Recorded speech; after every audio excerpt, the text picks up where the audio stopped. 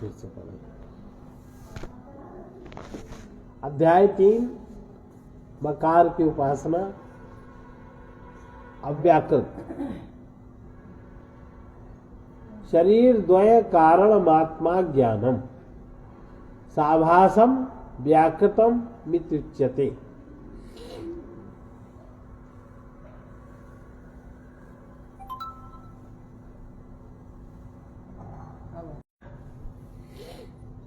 स्थूल का कारण है, आत्मा का ज्ञान है, जो चेतन के आभास से युक्त है, अव्याकृत कहलाता है। इसकी परिभाषा संस्कृत में इस प्रकार है, शरीर द्वय कारणम आत्मा ज्ञानम साभासम व्याकृतम इति उच्यते।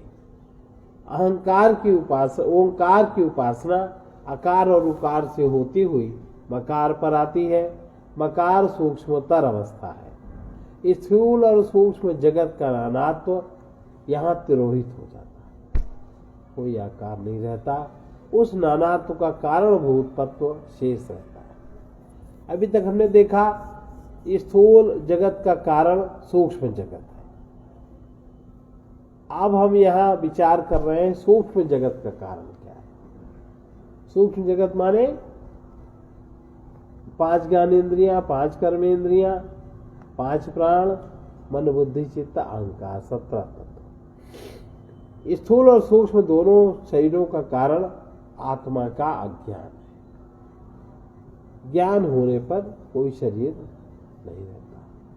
चौथी अवस्था में जो ज्ञान की अवस्था है उसमें कोई आकृति नहीं है।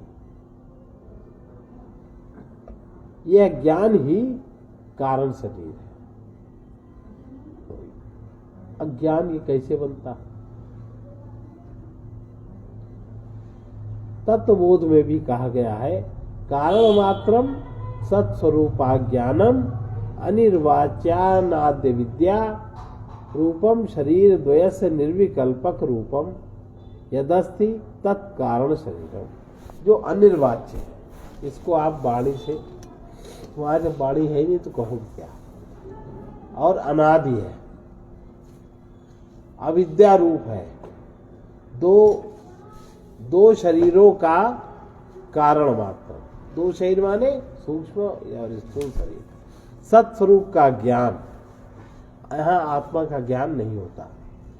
और निर्विकल्पक, कोई वहां कल्पना नहीं, रूप है, उसे कारण शरीर कहते हैं। फिर से इसको देखेंगे, जो अनिर्वाच्य है, अनादि है, अविद्या रूप है, 2 शरीरों का कारण मात्र है, सत्स्वरूप का ज्ञान और निर्विकल्पक रूप है, उसे कारण शरीर कहते हैं। कारण शरीर सूक्ष्म और स्थूल शरीरों का कारण है, इसलिए उसे कारण शरीर कहते हैं। सूक्ष्म और स्थूल शरीर उसके कार्य हैं। कारण से उत्पन्न कार्य नष्ट होने पर पुनः कारण में लीन हो जाता है। जैसे मिट्टी रूप कारण से घट रूप कार्य उत्पन्न हुआ और घट के नष्ट होने पर मिट्टी में ही लीन हो जाता है। सब लोगों का कारण शरीर एक समान नहीं होता, इसलिए कारण शरीर से उनसे उत्पन्न बुद्धि भी सबकी एक समान नहीं है। बुद्धि कारण शरीर से तो उत्पन्न होती, सबकी बुद्धि एक समान नहीं होती। स्त्री पुरुष कीट पतंग पशु पक्षियों के नाना रूप शरीरों का हेतु कारण शरीर ही है, इसलिए उसे दोनों शरीरों का कारण माना जाता है। कारण शरीर अविद्या रूप है। अविद्या का अर्थ है सत्स्वरूप आत्मा का ज्ञान। आत्मा का अनुभव न होना, आत्मा का अनुभव न होना ही ज्ञान है। अब बताओ, हम लोग अपने मन की दुनिया में घूमते रहते हैं, काल्पनिक दुनिया, कहाँ से वहां ज्ञान, और कल्पना में ही ज्ञान सुनते हैं, कल्पना में ही सारा। जिसे अविद्या कहते हैं, आत्मा का अनुभव न होना ज्ञान है, जिसे अविद्या कहते हैं। सत वस्तु का ज्ञान न होने पर, जब सत वस्तु का ज्ञान नहीं होता तो मन उसके स्थान में असत वस्तु की कल्पना कर लेता है और उसे ही सत समझ लेता है। अंधेरे में रस्सी पहचान में न आने पर उसके स्थान में सर्प की कल्पना होती है, और वहां सर्प का होना सत्यभाषित होता है, रस्सी का भास नहीं होता। गहन निद्रा में भी अपना पराया कुछ नहीं होता, यही अविद्या है। इसका अनुभव हम सभी लोग करते हैं। वो अविद्या ही माया है जो नानात्व का सृजन करती है। हम ये कह सकते हैं कि ब्रह्म ही एकमात्र सद्वस्तु है और समस्त जगत उसी की माया शक्ति से उत्पन्न हुआ। माया के दो रूप है, एक वो माया जो जगत की रचना करती है और दूसरी माया जो मिथ्या जगत के सत्य होने की भ्रांति उत्पन्न करती है। एक वो माया जो जगत की रचना करती है और दूसरी माया माने अविद्या। पर ये तो माया है जिसने जगत की रचना करी। जगत सत्य है, जगत में सारे नियम सत्य हैं, लेकिन उस जगत का भोग करने वाला जो जीव है वो क्या करता है, मिथ्या जगत के सत्य होने की भ्रांति उत्पन्न कर देता है। भ्रांति उत्पन्न करने वाली माया को अविद्या कहा जाता है। भ्रांति माने है कुछ और भ्रांति से हम उसे कुछ मानते हैं। जगत की रचना करने वाली माया भी के दो रूप हैं। जगत की रचना जो माया जो करती है उसके दो रूप हैं। एक तो अव्याकृत जो अव्यक्त है और दूसरी व्याकृत जो व्यक्त हो गई। अव्याकृत माया ब्रह्म में लीन तद्रूप होकर स्थित रहती है। उस समय ब्रह्म के अतिरिक्त कहीं कुछ नहीं रहता। उस माया के सक्रिय होने पर, और जब वो माया सक्रिय होती है, व्याकृत होती है, तो सूक्ष्म और स्थूल सृष्टि का विस्तार होता है। इस अवस्था में वो माया व्याकृत कहलाती है। इसलिए कहा जा सकता है अव्याकृत माया कारण है और व्याकृत माया उसका कार्य है। सभासम का तात्पर्य चेतना के आभास से युक्त। अव्याकृत माया स्वतः जड़ है, वो स्वयं कुछ नहीं कर सकती। परमात्मा की शक्ति होने के कारण उसमें परमात्मा की चेतना का आभास रहता है। इसलिए चिदाभास युक्त होकर वो जगत की रचना में, जगत माने सूक्ष्म शरीर और स्थूल, सूक्ष्म और स्थूल की रचना में वो समर्थ होगा। जीव के लिए यही माया अविद्या है और ईश्वर के लिए ये माया अव्याकृत माया है। कारण शरीर एतत्कारण शरीरमात्मनः, ये आत्मा का कारण शरीर है। आत्मा का कारण शरीर, उसमें व्यक्त हुई आत्मा आभास के रूप में, सूक्ष्म शरीर, फिर स्थूल शरीर। स्थूल सूक्ष्म कारण शरीरों में अविद्या ही कारण शरीर है। इस शरीर को धारण करने वाला आत्मा इससे भिन्न है। अविद्या के स्थान में यहाँ अव्याकृत शब्द का प्रयोग किया गया है जो माया के अव्यक्त रूप का वाचक है। इसका यह तात्पर्य हुआ कि अव्याकृत माया की उपाधि धारण कर, अव्याकृत माया की उपाधि धारण कर आत्मा ईश्वर कहलाता है। अव्याकृत माया की जब उपाधि धारण करता है तो आत्मा की संज्ञा ईश्वर होती है और ईश्वर के लिए यह माया कारण शरीर के समान है। अब स्थिति यह बनी, समस्त अव्याकृत माया की उपाधि धारण कर परमात्मा ईश्वर हो गया और अविद्या की उपाधि धारण करने से वो प्राज्ञ जीव बन गया। माया माने जिसने भ्रम, अव्याकृत माया में जिसने भ्रम उत्पन्न कर दिया वो अविद्या प्राज्ञ जीव बना। ईश्वर व्याकृत माया अथवा सूक्ष्म सृष्टि की उपाधि से हिरण्यगर्भ कहलाया और प्राज्ञ जीव सूक्ष्म शरीर की उपाधि से तेजस कहलाया। पुनः हिरण्यगर्भ स्थूल सृष्टि की उपाधि से विराट कहलाया और तेजस स्थूल शरीर धारण कर विश्व बन गया। अब कैसे परमात्मा, अब देखो समझने के लिए बता रहे हैं, परमात्मा प्लस कारण शरीर। परमात्मा और कारण शरीर क्या है? परमात्मा और अव्याकृत माया बराबर ईश्वर, परमात्मा कारण शरीर बराबर प्राज्ञ जीव। परमात्मा कारण शरीर से उत्पन्न हुआ सूक्ष्म शरीर जिसका नाम हुआ तेजस। परमात्मा अव्यक्त माया, अव्याकृत माया से व्याकृत सूक्ष्म सृष्टि उत्पन्न हुई, उसका नाम हुआ हिरण्यगर्भ।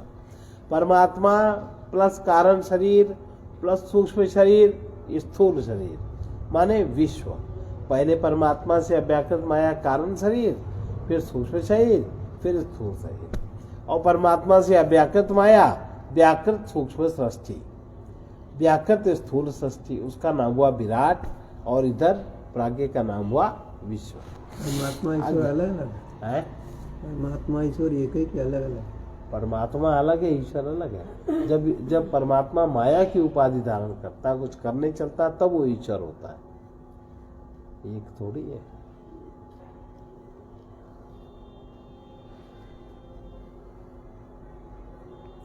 अज्ञान का लक्षण क्या है? तच्चन सतना सतनापि,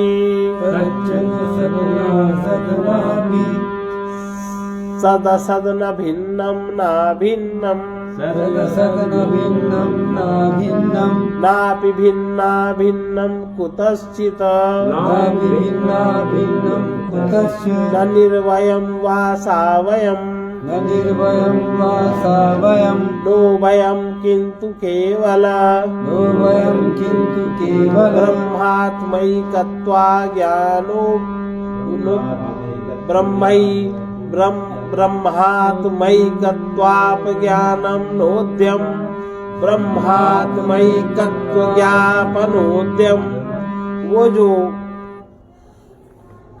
माया है, अज्ञान है, न सत है न असत है, न सत असत है, न भिन्न न भिन्न है, और न भिन्ना भिन्न ही है।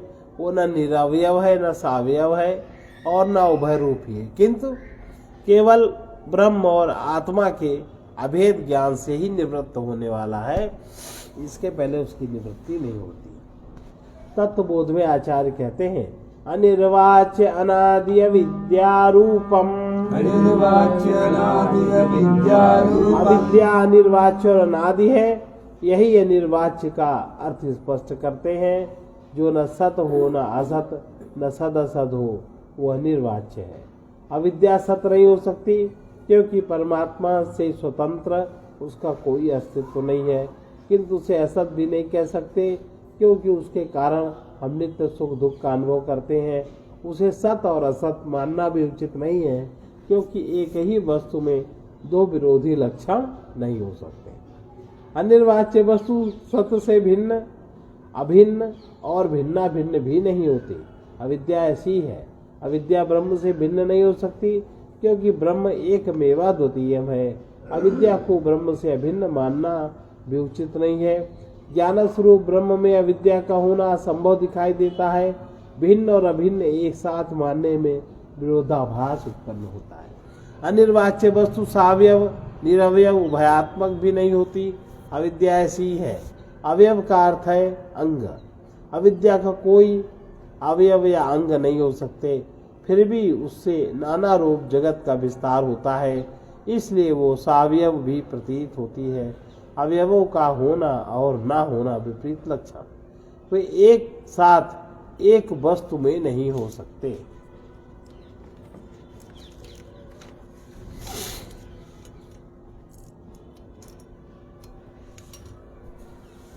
इसलिए अविद्या इस दृष्टि से भी अनिर्वचनीय कही जाती है। इसी प्रकार विवेक चूड़ामणि में आचार्य ने माया के विषय में कहा है। वहां कहा गया है कि माया न सत है न असत, न उभय रूप है, न भिन्न है न अभिन्न, न भिन्ना भिन्न दोनों रूप है। वो न सावयव है न निरवयव और न दोनों रूप है। वो बहुत अद्भुत है, अनिर्वचनीय है। इससे ज्ञात होता है कि व्यष्टि रूप अविद्या और समष्टि रूप माया दोनों एक ही वस्तु हैं।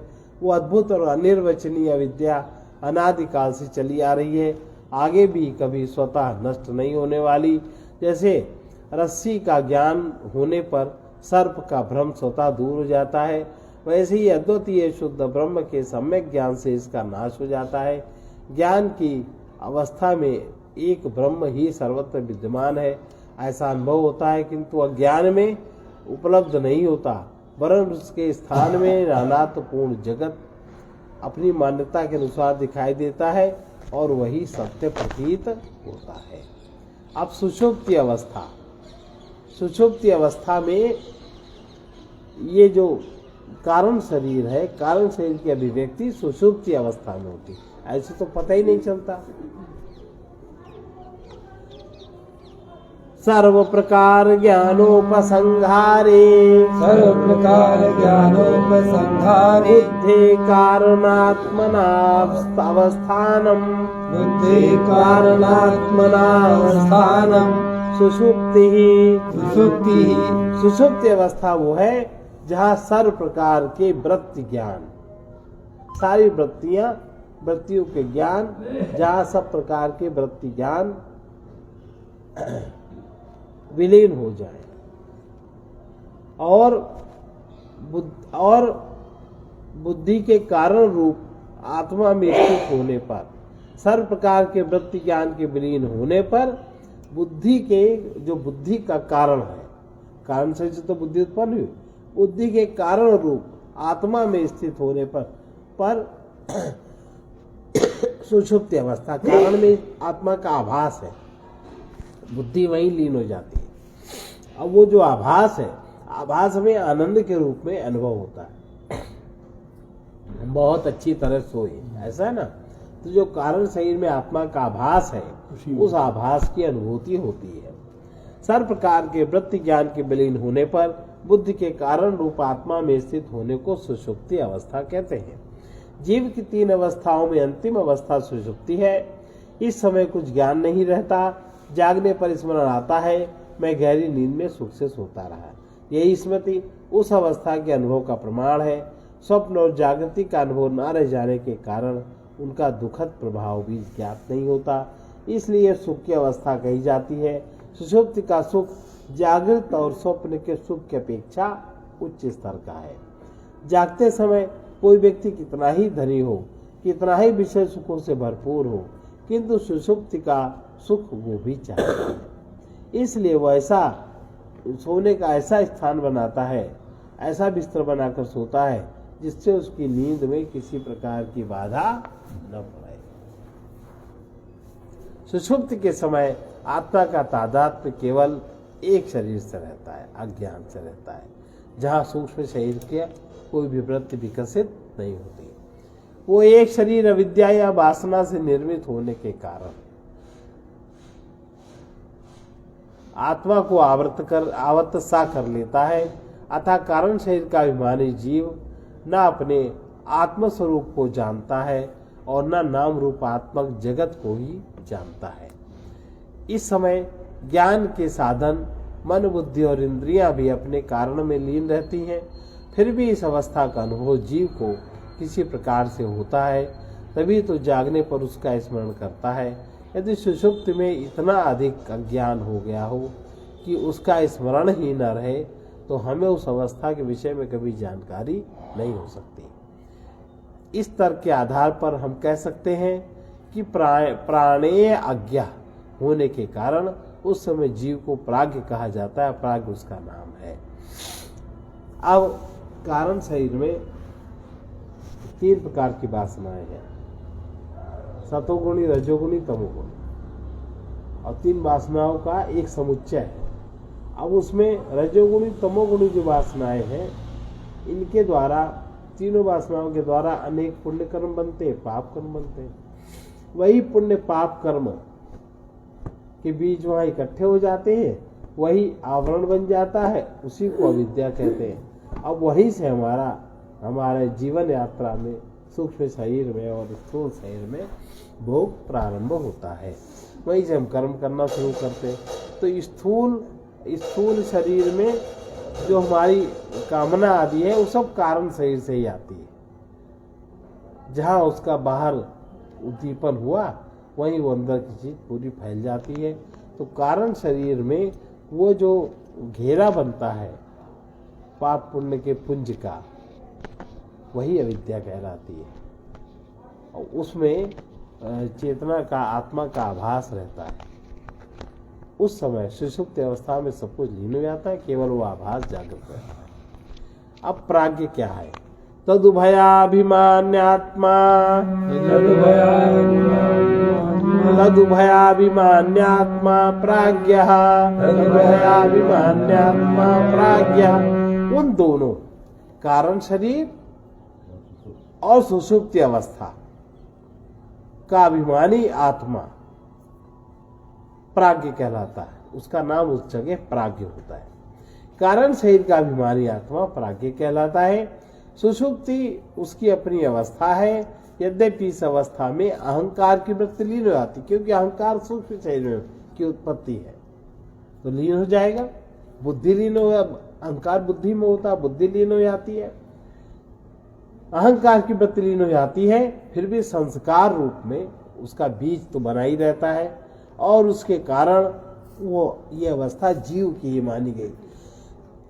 वृष्टि रूप में शरीर और सुषुप्ति का वृष्टि रूप में शरीर और सुषुप्ति अवस्था का अभिमानी जीव प्राज्ञ कहलाता है। और समष्टि रूप में अव्याकृत माया की उपाधि से, समष्टि रूप में जो जगत है इसमें अव्याकृत माया की उपाधि वाला परमात्मा उसको ईश्वर कहते हैं, और व्यष्टि रूप में शरीर के आधार पर उसको जीव कहते हैं। तो ईश्वर भी माया से युक्त है और जीव भी माया से युक्त है। इन दोनों का निरूपाधिक रूप परम सत है। जब ये दोनों उपाधि, उसमें अव्याकृत की उपाधि ना हो और इसमें अविद्या की उपाधि ना हो, तो दोनों ही परम सत परमात्मा है। अव्याकृत माया भी ईश्वर का कारण शरीर है, अव्याकृत माया ईश्वर का कारण शरीर है, और जो वो माया व्यक्त हुई अविद्या के रूप में हुई वो जीव का कारण शरीर है।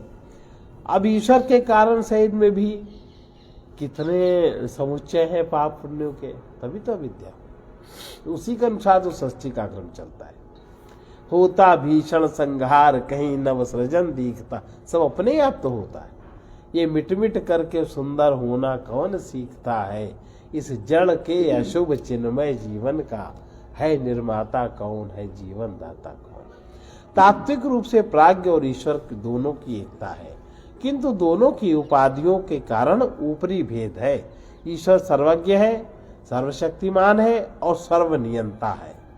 जीव चूंकि अविद्या है, अल्पज्ञ है, अल्पमतिमान है और केवल अपने व्यक्तित्व में सीमित है, अपने व्यक्तित्व का ही नियंत्रक है। ईश्वर स्वामी है और जीव सेवक है। जीव के अज्ञान को अवस्था भेद में, जीव के अज्ञान की अवस्था भेद में, दोनों में भेद की प्रधानता है, और ज्ञान की अवस्था में अभेद, ईश्वर जीव में अभेद और अज्ञान की अवस्था में ईश्वर जीव में भेद। तत्वकोश में, तत्वबोध में शंकराचार्य जी कहते हैं, जीवेश्वर भेद दृष्टि यावत् पर्यंतम तिष्ठति तावत् पर्यंतम जन्म मरण आदि रूप संसारो न निवर्तते, तस्मात् कारणात् न जीवेश्वर योर भेद बुद्धि स्वीकार्या। इस प्रकार जब तक उपाधि भेद से उत्पन्न हुई जीव और ईश्वर में भेद दृष्टि बनी रहती है, तब तक जन्म मरण आदि रूप संसार छूटता नहीं है। इसलिए जीव और ईश्वर के बीच भेद बुद्धि स्वीकार नहीं करनी चाहिए। अब जो ओंकार का मकार है, जो ओंकार का मकार है वो कैसे, ये तीनों मतलब कारण शरीर, और कारण शरीर का व्यक्तिकरण सुषुप्ति अवस्था, और नाम प्राज्ञ। कारण शरीर, सुषुप्ति अवस्था और प्राज्ञ, ये तीनों मकार हैं। समस्त ओंकार परमात्मा का वाचक है और उसकी एक मात्रा मकार कारणोपाधिक परमात्मा की वाचक है। उपाधियों के अंतर्गत कारण शरीर, सुषुप्ति और उसके अभिमानी व्यष्टि समष्टि सब आ जाते हैं। ओंकार की उपासना आकार प्रधान और उकार प्रधान कर लेने पर मकार प्रधान करते हैं। मन में ओंकार का उच्चारण करते हैं और माँ के अर्थ रूप कारण शरीर, सुषुप्ति अवस्था और इन दोनों के अभिमानी प्राज्ञ का सतत चिंतन किया जाता है। इसमें धर्मनिष्ठा जब उत्पन्न हो जाती है, समष्टि रूप अव्याकृत माया और उसके स्वामी ईश्वर का स्मरण किया जाता है। इस स्तर की उपासना साधक को निरुपाधिक आत्मा परमात्मा तक पहुँचने और उसकी उपासना करने की योग्यता प्रदान हो जाता है, ऐसा नहीं, उसकी योग्यता उसमें धीरे से आती है। मकार प्रधान ओंकार की उपासना करते हुए समस्त प्रपंच को अपने अंदर लीन कर लेते हैं। वस्तुतः जागृत अवस्था में ही यदि सुषुप्ति अवस्था का अनुभव होता है, जागृत अवस्था में सुषुप्ति अवस्था का अनुभव होता है, तब उसमें कुछ स्थिरता आती है। जागृत अवस्था में जब आप सुषुप्ति का अनुभव आपको होता है, वृत्ति शांत हो गई, मन बुद्धि सब शांत हो, सुषुप्ति और आप जागृत हो, सुषुप्ति अवस्था ही तो है, तब उसमें जब कुछ स्थिरता आती है तो समाधि के बहुत निकट की अवस्था है। अत्यंत शांत होना और किसी भी तरीके का प्रभाव रहित होना, किसी भी तरीके विकार और परिकल्पना रहित होना, ये समाधि की एक निम्न अवस्था है। जो ऐसे व्यक्ति हैं सम्माननीय है, लेकिन ये पहचान की बात होनी चाहिए। आज ये अध्याय समाप्त हुआ, अब कल हम लोग पढ़ेंगे उपासना और फिर आत्मज्ञान, इन दोनों में क्या अंतर है।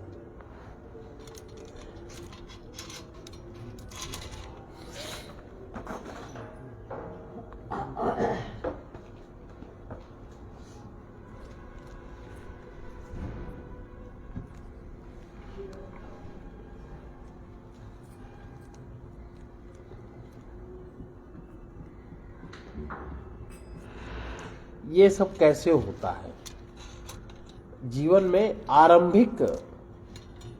में हम क्या करें, आरंभिक साधना का परिचय हमारा किस प्रकार हो, आरंभ में हमें कैसे शुरुआत करनी चाहिए। और हम लोग आरंभ में शुरुआत तो करते नहीं और समझने लगते हैं किसी बड़े व्यक्ति का वेश आदि धारण करके कि हम वही हैं। अब वही है तो क्या होता है, प्रकृति क्या निर्माण करती है, आपके अंदर इतना लोभ बढ़ा देती, इतना अभिमान बढ़ा देती है, आपको लगता है अंदर सब आपको पूजे, सब आपको दे, सब आपको सब कुछ करे, और आप जब जो चाहो तो सब मिले। तो ये सब और पाप की घटनाएं बनने लगती है जीवन में। आप जहाँ हो वहाँ से भी आप नीचे गिर जाते हो, इसका ध्यान नहीं रहता। तो महाराज जी देखो बहुत अच्छी बात बता रहे हैं कि कहाँ से शुरू करें। जीवन की सच्चाई क्या है?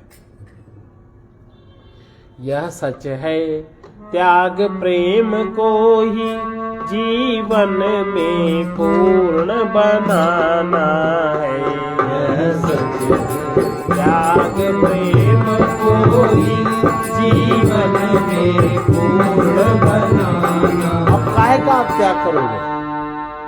दोष सब प्रकृति से, और उसका जो मूल बिंदु अविद्या है, अविद्या को आप मिटाइए, विद्या में आइए, सारे दोष अपने आप छूट जाएंगे। और उस बात का ज्ञान नहीं, ये कैसे हो? और जो सुनाने वाले हैं, जो समझाने वाले हैं, इतने पुण्य नहीं कि उनकी संगति मिले आपको, और मिली भी तो हमने उनसे धनमान में ही हमने गंवा दिया। यह सच है त्याग प्रेम को ही जीवन में पूर्ण बनाना। यह सच है त्याग प्रेम को ही जीवन में पूर्ण बनाना। इस राग द्वेष की सीमा को, इस राग द्वेष की सीमा को जैसे हो तोड़ मिटाना है, जैसे हो तोड़ मिटाना। अब राग द्वेष होता क्यों है? 5 प्रकार के क्लेश है। सबसे पहला केस है अविद्या, और अविद्या से उत्पन्न होता है अहंकार, मैं हूँ, अस्मिता, और अस्मिता से बनता है राग, जो कुछ मैं हूँ सो हूँ मैं, और फिर जो हमें नहीं मानता उससे होता द्वेष, और फिर होता अभिनिवेश माने भय, छूट न जाए, छिन न जाए। फिर भय की सुरक्षा के लिए, भय से अपनी सुरक्षा के लिए अनेक प्रकार के दुष्कर्म और कुकर्म बन जाते हैं, जिनका कि बिना भोगे समाहार नहीं होने वाला।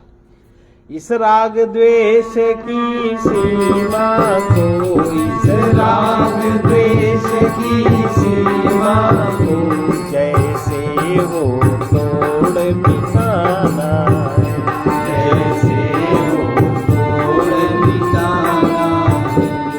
जब तक हम रागी द्वेषी है, जब तक हम रागी द्वेषी है, इस जग से हुआ विराग नहीं, इस जग से हुआ विराग नहीं।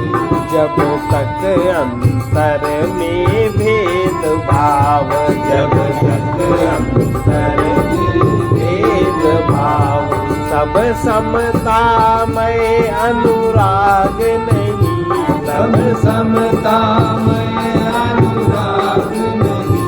चिंता भय को आस्तिक जीवन, चिंता भय को आस्तिक जीवन में मिलता कोई भाग नहीं, ये मिलता कोई भाग नहीं। जब तक ज्ञानता ममता है, जब तक ज्ञानता ममता है, तब तक हो पाया त्याग नहीं, जब तक हो पाया त्याग नहीं। अब आत्मनिरीक्षण करके सब, अब आत्मनिरीक्षण करके सब दोषों को दूर हटाना है, दोषों को दूर हटाना है। यह सच है त्याग प्रेम कोई, यह सच है त्याग प्रेम कोई। जीवन में पूर्ण बनाना है, जीवन में पूर्ण बनाना है। इस राग द्वेष की सीमा को, इस राग द्वेष की सीमा को जैसे हो तोड़ मिटाना है, जैसे हो तोड़ मिटाना है। जीवन में पूर्ण बनाना है, जीवन में पूर्ण बनाना है। अपना हित तभी हो सकेगा, अपना हित तभी हो सकेगा। अपना हित क्या है? जो स्थूल देह में हमारी मैं मेरे की वृत्ति लगी है, सूक्ष्म मन की पूर्ति में जो अहंकार लगा है, मेरे ही मन की पूर्ति हो, हमें विचार है ही नहीं। हम उसके लिए हम किसी को भी कुछ भी कर देते हैं, कारण तो हम जानते ही नहीं। और आत्मा में तो हमारी यात्रा है परमात्मा तक होने की, और बीच में हम मन के मोह और भ्रम में ही अटक करके अनेक प्रकार के कर्मों के कुकृत्य कर्म करते हैं। फिर हम उनको भोगने के लिए अनेकों शरीर धारण करने पड़ते हैं। निपट नहीं गया यहाँ से। तो कह रहे हैं कि ये सब समाप्त हो जाए तब अपना हित हुआ। तो महाराज जी कहते हैं अपना हित तभी हो सकेगा, अपना हित तभी हो सकेगा, जब मान भोग की चाह न हो, जब मान भोग की चाह न हो। सेवा से आत्मशुद्धि होगी, सेवा से आत्मशुद्धि होगी, जब सुख दुख की परवाह न हो, जब सुख दुख की परवाह न हो। तब सुलभ परम गति होगी, जब तब सुलभ परम गति होगी, जब वासना रोकती राह न हो, वासना रोकती राह न हो। बाधाएं हटती जाएगी, बाधाएं हटती जाएगी, जब शिथिल कहीं उत्साह न हो, जब शिथिल कहीं उत्साह न हो।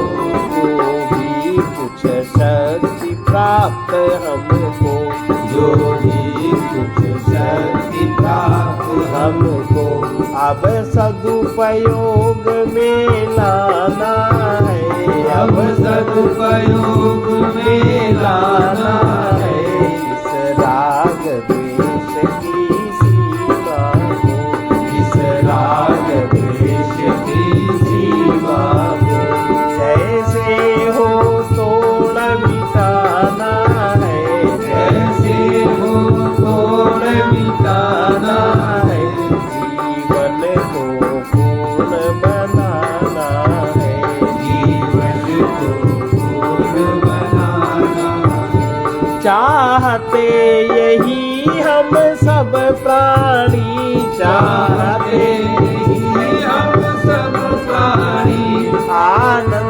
प्राप्त हो जीवन में, आनंद प्राप्त हो जीवन में।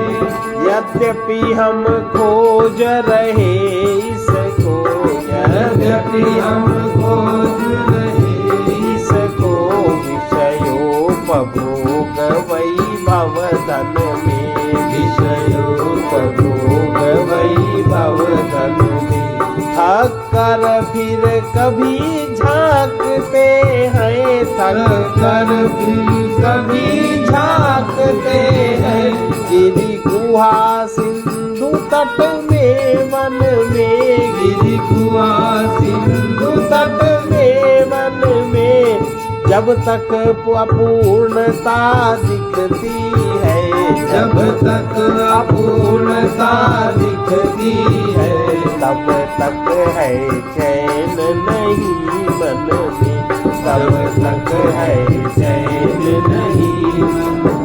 पूर्णता सत्य में रहती है, पूर्णता सत्य में रहती है। हमने असत्य में माना है, हमने असत्य में माना है। इस राग द्वेष की सीमा को, इस राग द्वेष की सीमा को जैसे हो तोड़ मिटाना है, जैसे हो तोड़ मिटाना है। यह सच है त्याग प्रेम को, यह सच है त्याग प्रेम को जीवन में पूर्ण बनाना है, जीवन में पूर्ण बनाना है। अब आत्मनिरीक्षण करके सब, अब आत्मनिरीक्षण करके सब दोषों को दूर हटाना है, दोषों को दूर हटाना है। जीवन में पूर्ण बनाना है, जीवन में पूर्ण बनाना है। अब जब त्याग हो जाएगा, राग द्वेष हट जाएगा, तब परिणाम क्या मिलता है? त्याग की पूर्णता में न रहेगा, त्याग की पूर्णता में न रहेगा अहं और मम का बंधन, अहं और मम का बंधन, फिर असंगता ही हो जाएगी, असंगता ही हो जाएगी।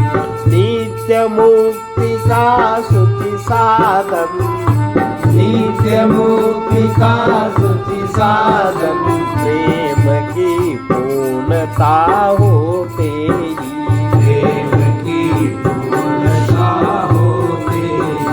सर्वमय मिलेंगे आनंद घन, सर्वमय मिलेंगे आनंद घन, जब चित चिन्मय हो जाएगा, जब चित चिन्मय हो जाएगा।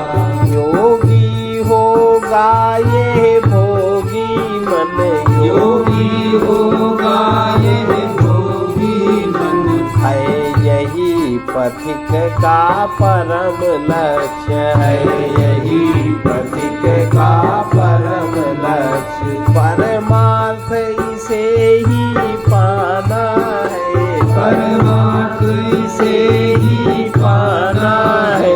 जो कुछ भी शक्ति प्राप्त हमको, जो कुछ भी शक्ति प्राप्त हमको, अब सदुपयोग में लाना है, अब सदुपयोग में लाना है। पूर्णता सत्य में रहती है, पूर्णता सत्य में रहती है। हमने असत्य में माना है, हमने असत्य में माना है। अब आत्मनिरीक्षण करके सब, अब आत्मनिरीक्षण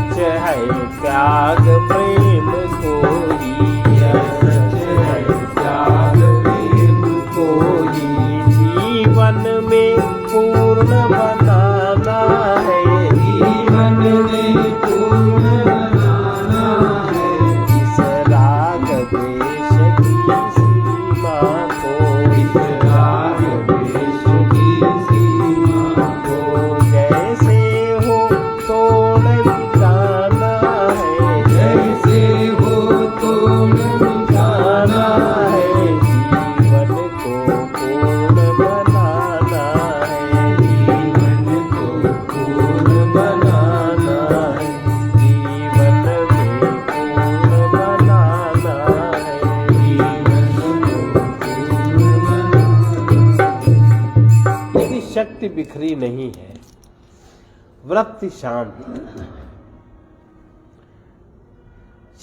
शक्ति बिखरी नहीं है, वृत्ति शांत है, तो विचार से निर्विचार में, शब्द से शून्य में होना ही सहज साधना है। चैतन्य सागर में विचार रूपी लहरों में तैरते रहने से सत्य सुलभ नहीं होता, वो उसमें डूबने से ही मिलता है। सेवा की पूर्णता में त्याग की पूर्णता है, और पूर्ण त्याग में ही प्रेम पूर्ण होता है, अपूर्ण प्रेम में ही सत्य का अनुभव होता है। इसके लिए जीवन की आरंभ साधना है सत्यमय होकर जीना, असत्य का आधार न लेना, असत्य का सहारा न लेना, छल प्रपंच से दूर रहना। सर्वे भवन्तु सुखिनः, सर्वे सन्तु निरामया, सर्वे भद्राणि पश्यन्तु, मा कश्चित् दुःखभाग् भवेत्। कृष्णाय वासुदेवाय हरये परमात्मने प्रणतक्लेशनाशाय गोविन्दाय नमो नमः। उग्रवीर महाविष्णु उग्रवीर महाविष्णु ज्वलन्तं सर्वतोमुखं ज्वलन्तं सर्वतोमुखं नृसिंहं भीषणं भद्रं नृसिंहं भीषणं भद्रं मृत्युमृत्योर्नमाम्यहम्। मृत्युमृत्योर्नमामि। ॐ ह्रौं जूं सः ॐ ह्रौं जूं सः ॐ भूर्भुवः स्वः ॐ भूर्भुवः स्वः ॐ त्र्यम्बकं यजामहे ॐ त्र्यम्बकं यजामहे सुगन्धिं पुष्टिवर्धनम् सुगन्धिं पुष्टिवर्धनम् उर्वारुकमिव बन्धनात् उर्वारुकमिव मृत्योर्मुक्षीयमामृतात्। मृत्योर्मुक्षीयमामृता। ॐ स्वः ॐ भुवः भूः ॐ सः ॐ भुवः भूः ॐ सः जूं ह्रौं ॐ सः जूं ह्रौं असतो मा सद्गमय तमसो मा ज्योतिर्गमय मृत्योर्मामृतं गमय। ॐ पूर्णमदः पूर्णमिदं पूर्णात् पूर्णमुदच्यते पूर्णस्य पूर्णमादाय पूर्णमेवावशिष्यते। ॐ शान्ति।